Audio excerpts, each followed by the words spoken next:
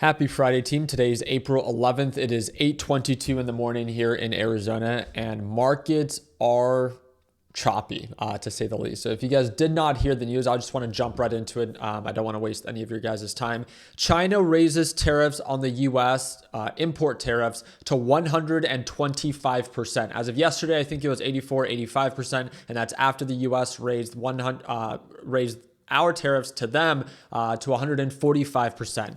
According to the comments that we have now heard that the Chinese government has made on Trump, is he's calling these levies a joke. China will increase tariffs on the U.S. by 125% on Saturday, the country's Ministry of Finance announced Friday. The move is in response to the U.S. increasing its duties on goods from China for 125%, according to the Ministry of Finance. And the U.S. government action violates trade rules, according to this. I don't feel like China's going to give in. Do I think that this is impacting China? If you guys, at least it started popping up on my side of like TikTok and stuff like that. I was looking up, I was just curious. Not that many Chinese people probably post on TikTok, but I was curious on how is everyone doing over there, right? Because people that invest into the stock market here are kind of like freaking out, right, when markets sell off. So, but that's just the market. So we're kind of impacting. China is a huge exporter. They create. They have huge verticals when it comes down to supply chain and this type of manufacturing. So I was like, I wanted to see how these plants and manufacturing plants are doing. Supposedly, it is impacting them, right? And it's having a really hard impact on them because people will have to start pulling out. These tariffs are game changing, no question about it, right? But man, based off of what I've understood from the Chinese government, the Chinese president, he is not going to budge. And how long can the U.S. continue to do this, right? The U.S. already said for 90 days, they're going to pause everything except for China. So now our only focus is China, but China is not going to budge. And the part that concerns me is what if it gets to the point that it's so bad for China that they escalate when it comes down to war, right? That's maybe me being a little bit reactive, but that's the only place my mind goes to. And then that's just another wave we haven't even experienced just yet. I hope that there is some form of negotiation that is done, so most people can kind of see markets almost begin to cool off. I think that's what most of the market is waiting for, but we don't have any of that now. There's no reason to sugarcoat it. We don't, right? I'm honestly quite surprised based off of where the markets closed at yesterday and where the markets are right now. If we're looking at QQQ, which is the 1-for-1 NASDAQ ETF, I can even pull up SPY. Markets are not doing that bad today. They might not be incredibly bullish or incredibly bearish. They're not growing, but they're not bad. They're consolidating even after this news. So are the markets kind of conditioned when it comes down to these tariffs? Maybe, right? But then as long as there is nothing more new that is added, there's a few things that I want to make sure that you guys are paying attention to though. If any tweet, any message comes out about further negotiation or negotiation actually being done between the US and China, that's a positive catalyst.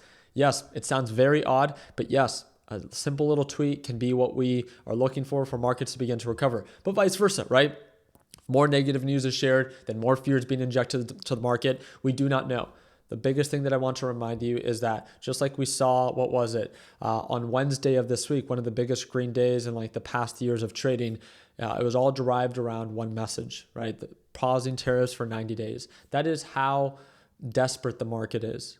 Eager the market is, maybe is a better word, for markets to recover. This is not to encourage you to be invested. This is just to make you aware of how eager markets are to skyrocket. So you cannot be surprised. Now, the way that I'm choosing to approach this is I love shorting the market in the short term, but I'm covering my positions every single day. As markets do begin to drop, and as they have been dropping, I am taking and adding small increments and taking small positions in companies that I value, that I want to invest in long term. I'm not here to encourage you to do that. I'm just here to remind you that yes, markets always tend to recover and they are more bullish than they are bearish. So I like to kind of keep a balanced approach. Remember, you're an adult. You can do whatever it is that you want. If you think markets are going to go further, lower for longer, then, great.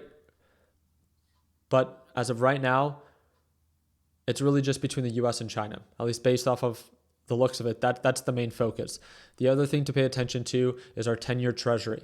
We're really close to 5%.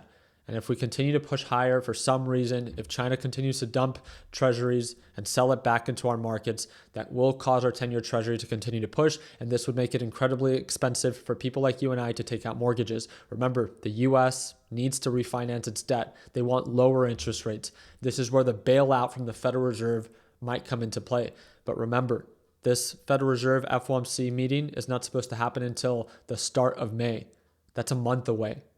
Will they have to host an emergency meeting to do an emergency rate cut? We'll see. But again, the US is eager to refinance at lower rates. So I think that is the main concern from Trump. Not the stock market, because most Americans, most people are not impacted by the stock market. Just people like you and I that maybe pay attention to it. But most Americans are not. But the 10-year Treasury, that's most of Americans, right? Because most of Americans have a house. Most of Americans have a mortgage. And again, the US needs to refinance its debt. So make sure you pay close attention to what's going on with China and our ongoing negotiation.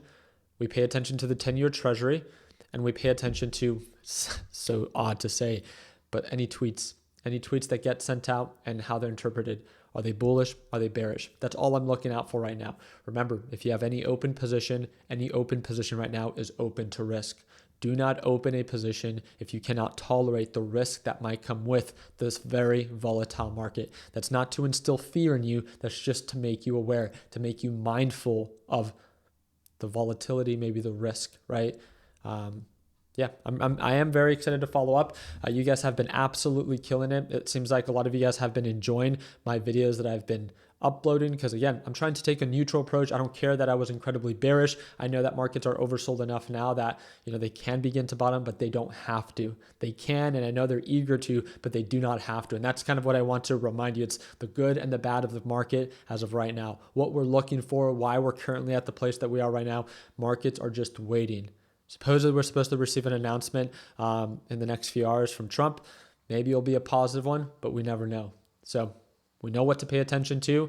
And as markets continue to develop, I'll make sure that I do my part in continuing to keep you guys up to date. Thank you for your time. I hope that earned your thumbs up. Please consider subscribing. And do not forget, if you ever want to tune on into my live trading session, it's the second link in the description down below. It's currently on sale and prices will be going up. And yes, it's a one-time payment, lifetime access. Second link in the description down below. Like always, let's make sure that we end the year on a green note. Take care, team, and happy Friday.